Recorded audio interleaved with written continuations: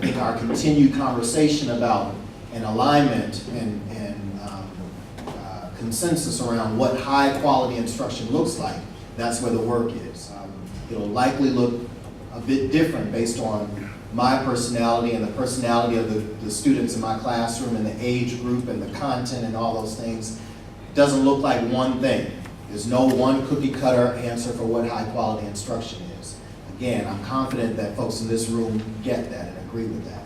And so we together have to make sure that we are sharpening our swords, sharpening one another, iron and iron, as to what that instruction looks like and how it plays out and how it's experienced in our classrooms. We together have to do the work to keep getting better every day than we were the day before. Not just because this is my first superintendency, but because I'm a constant learner. That's what I committed to do the work, but also to be a model for others, not the least of whom would be our students. They need to see us constantly learning, constantly getting better, naming the areas in which we're continuing to grow, demonstrating to folks that that's what we're about. That's what education is. I am looking forward to supporting this team, this group, this community of educators in being treated and seen as professionals, as the professionals that we are. Safety and security, high quality instruction, engagement, really important.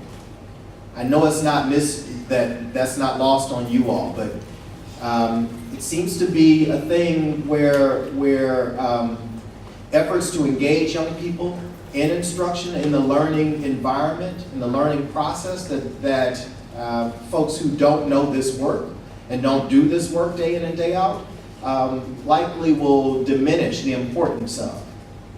It's no longer are the days where we sit in rows and I tell you what you need to know and you write it down and you go home and memorize it and learn it and we're good. Engagement is a huge part of what makes education work. And when it's not there, we see it, we feel it, we experience it. We see it in the data, we see it in the faces of the young people. The retelling about what school means to them and what they, how they feel about it. And so we've got to continue to do the really hard work to engage young people in very compelling educational experiences. And the last thing that I'll note is, and this is often seen and experienced as a business issue, but it is certainly ours, customer service. We as a central office have to be of service to you as school-based staff members. We have to acknowledge and treat you and demonstrate continually that we exist for you. You don't exist for us. Customer service is in how we respond to one another, how we communicate with one another, the tools that we provide to ensure that folks can do really smart and hard work. These aren't empty promises, but as I think about what makes sense to me and what's really important to me, if we're to build the level of a high-performing district that we are capable of and that our students and families deserve, and frankly that we deserve, then these are some of the really important pieces and at a high level, captured at a high level, that we've got to attend to. I'm really excited to see you all here tonight. I expect that we, through the leadership here and at different points with the masses of the membership, that we'll have some conversations that will likely be challenging to work through and get to some level of consensus and direction going forward. I do encourage you all to continue to be engaged. I encourage you all to continue to be vocal and articulate about your needs.